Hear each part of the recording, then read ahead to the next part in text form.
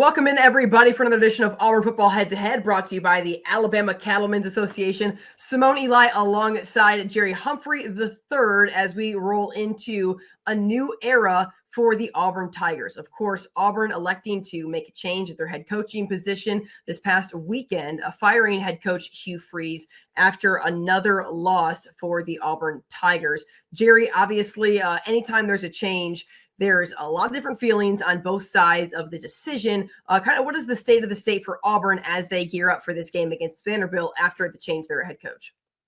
Yeah, like you said, no transition is easy, as abrupt as it was, quick turnaround. You're going out to Nashville for a ranked conference game against a Vanderbilt team. But I think the team is focused. They named defensive coordinator DJ Durkin the interim head coach. A lot of the guys were behind him.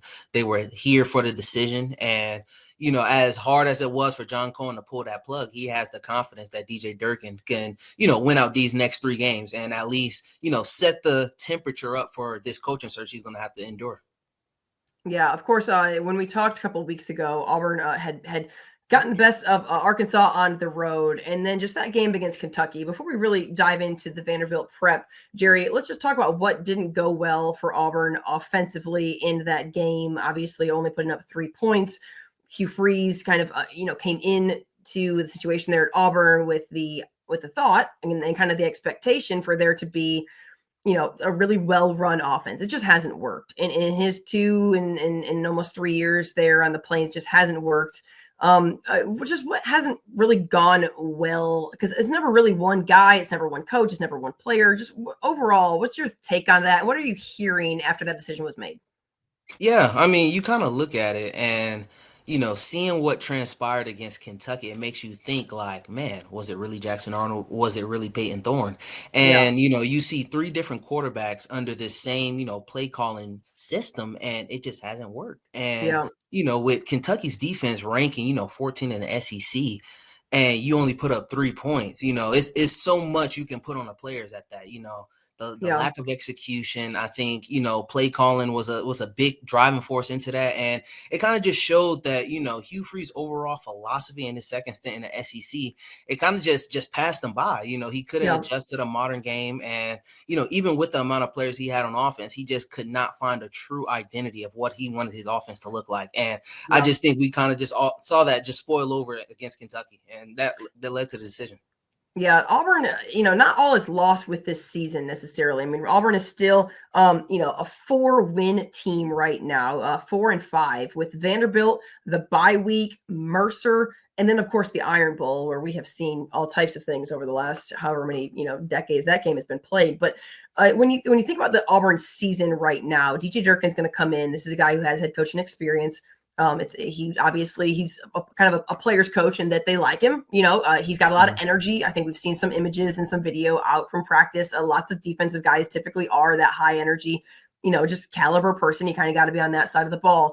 What do you expect for how this team balances the next 4 weeks, aka obviously the month of November, trying to make something of the season by getting into the bowl conversation, getting 6 wins, and then also the school balancing the head coaching search? And has there been any names associated with who will be a replacement? Is DJ Durkin a part of that conversation in any legit capacity?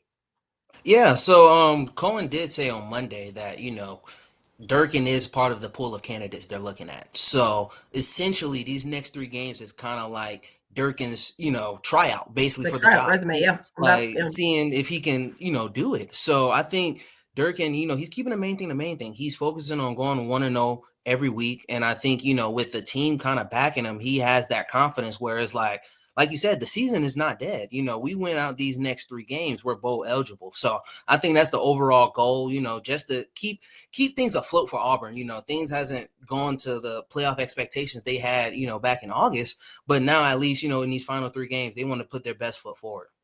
Yeah, Jerry, before we jump into Vanderbilt, when we think back to the game against Georgia, I'm just going through this list of games because, man, like the Oklahoma game. Oh. A&M, 6-point loss. I mean, I like the Georgia game, the Missouri. I mean, I know this sounds insane, Could Auburn not be a 7-win team right now? Could Auburn not? I mean, like we They are can be.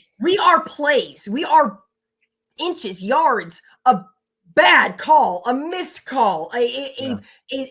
an SEC official getting banned for life calls Yeah. away from Auburn having a different season and Hugh Freeze still being in that chair. No, yeah, for sure. If things go Auburn's direction this year, we're possibly looking at a team that's top 5 in the country talking about a playoff bid, It's true. like it's even though they're averaging, about 15 points in SEC play, they've only lost by, double digits to Georgia, Yeah. Oklahoma, A&M, Missouri, all those Yeah. losses was 1-score losses. And it's like, you're one play, you're one critical moment short. And, if they execute those things, they're Yeah. having a different season. So I think John Cohen, he's kind of like looking for his next guy to know what to do in those moments. Not Yeah. saying that Hugh Freeze didn't, but just you look at his record, even at home against SEC play is losing. So he just wants to get like a guaranteed winner. He said, he wants to find somebody with that competitive edge. And I think over the course of Hugh Freeze's tenure, he kind of lost that edge. He was competitive, but he just didn't have that edge. Yeah. And who knows? I mean, Auburn has had elite defenses since Gus Malzahn went and played in the BCS championship game. I mean, even beyond that, but just in the time that I've covered this team, it is like every year they have one of the top 10 defenses in the country with among the worst offenses production with 3 guys who were offensive guys. I mean, obviously Gus Malzahn did a lot of things that he was, criticized for at times, but then you think about there was a lot of success there, especially in the Iron Bowl, played in bowl games, Brian Harsin era. We'll just not even discuss that. And then Coach Freeze has done things that have been positive, some staff turnover and whatever. But is there a sense that maybe Auburn needs to go in the direction of having a defensive minded head coach and kind of set the standard on that, maybe like Georgia has, and then kind of plug and play at offense and let that be something that just isn't maybe the spotlight of what the program is, but just can at least support the defense in a way where Auburn can compete for championships?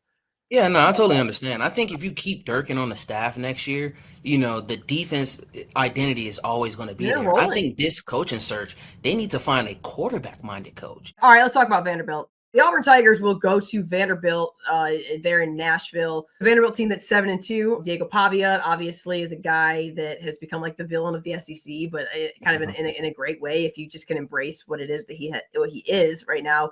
What do you make of this matchup, Jerry? Of course, Vanderbilt top 20 ranked team with a lot to play for and a lot on the line for them right now. Yeah, a lot on the line. Falling to Texas the way they did, it kind of like, I wouldn't say derailed their momentum, but, they kind of had hopes of going to the SEC championship, possibly a playoff bid. So this will definitely be a bounce back game for them, especially being at home, against an Auburn team that they beat last year at home. So it's going to be interesting on the Vanderbilt side. I know for Auburn, it's all about retribution. Diego Pavia has defeated Auburn in his last 2 years, 2 different schools. So it's third time a charm for Auburn. That's kind of like the big storyline I'm kind of looking at.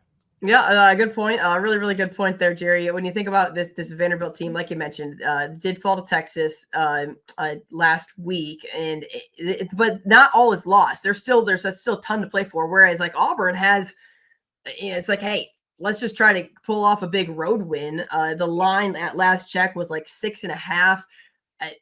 That's not huge when you think about kind of going on the road for this team for Auburn that has not won any significant game really this year. What does that say? What does that betting line, what does that spread tell you about what this could maybe look like when it comes to this game on Saturday?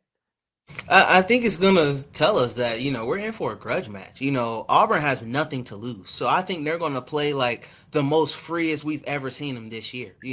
Durkin has a lot to prove. His interim coach debut, it's the first game without Freeze. So a lot of eyes, even though it's on the SEC network, a lot of eyes are going to be on this game because, you look at both sides of the storylines, you're like, wow, like Auburn has a lot to play for. Vanderbilt has a lot to pay for. Everybody hates Diego Pavia, so I feel like the country is going to be on, Auburn's side. Like, hey, can they join the guys who beat this guy. So it's going to be Yep. interesting to see. Listen, I think he's a genius. Make your money being the villain, man. Embrace it. I'm good with it. It's all good. All right. So it's a 3:00 kickoff there. SEC Network, like you mentioned, Auburn at Vanderbilt. Vanderbilt ranked 16th in the poll after the first college football playoff polls were released this week. The Cattle Drive Out of Town segment. We started this a couple weeks ago, Jerry. Of course, this program brought to you by the Alabama Cattlemen Association. We appreciate their support all year long. Jerry, who is it that you expect that Auburn is trying to drive out of town this week as it relates to the Vanderbilt Commodores? I feel like, all of War Eagle Nation knows who I'm about to say. A quick story time. The second ever Auburn game I've ever attended was Auburn versus New Mexico State. And I feel like that game was so pivotal for Diego Pavia's career. You look 2 years later, he's the modern day Johnny Manziel. So I feel like somebody has to humble him back to his roots of New Mexico State, of that hungry quarterback he once was, instead of, this hat wearing, ski mask, chain wearing guy. So I would say, Auburn wants to drive out Diego Pavia. I think if he loses this week, he'll finally come back to reality and be like, okay, I'm just this old 25-year-old quarterback that's just kicking on 19-year-olds, So I think nothing like old. Nothing like everyone watching this program. They just heard you say old 25, including myself, is like, yeah, okay, I'm ancient. You're right. You're not wrong though. You're not wrong though when it comes to the world of college football right now, man. You got 7-year seniors and all that. All right, Jerry. Before we let you go, let's give us a prediction. What do you think this game's going to look like when the clock hits 0:00 there in Nashville? It'll be my first time, at a Vanderbilt game, so I'm excited to see what like the electricity is going to be. But it's hard to pull for Auburn. Right now I do have Vanderbilt 28-14. If the offense can step up, and matches up to Vanderbilt's points, I think we could see a grudge match, like I said earlier. But I don't know. It's been hard to tell this year with them. Yeah, I haven't picked against Auburn many times this year, and whatever my overall record is, it's probably not going to be great, but I think this time I probably will. I do think that Diego Pavia at Vanderbilt, I think that what Clark Lee is doing, the pieces that he's put there in place has just really, really worked. And it's been an unprecedented turnaround. I think that, Texas obviously got the best of this team last week. I didn't watch that game very closely, but I do think that it's kind of their get back game and they have a lot to play for in the month of November. I think Auburn will put up a good effort. I think there's going to be a revitalized energy and excitement. No diss on Coach Freeze. I think the role of Coach Freeze, I do think that, there's going to be some energy there, but I do think the Vanderbilt's going to get the win probably, like you mentioned. I like that 28. I don't know, maybe 28-21. I don't know. Vanderbilt probably cover. It'll probably be, maybe 28-17, something like that. So anyways, we will see, Jerry, though. It's 3:00 kickoff there at Vanderbilt. Auburn will go to Nashville, look to get one game closer to bowl eligibility. 3 games left, 2 games to get it. We'll find out as November rolls on. Jerry Humphrey, good stuff. This has been Auburn Football Head-to-Head, brought to you by the Alabama Cattlemen's Association, and we will see you next week. Brought to you by Alabama Beef Farmers and Ranchers.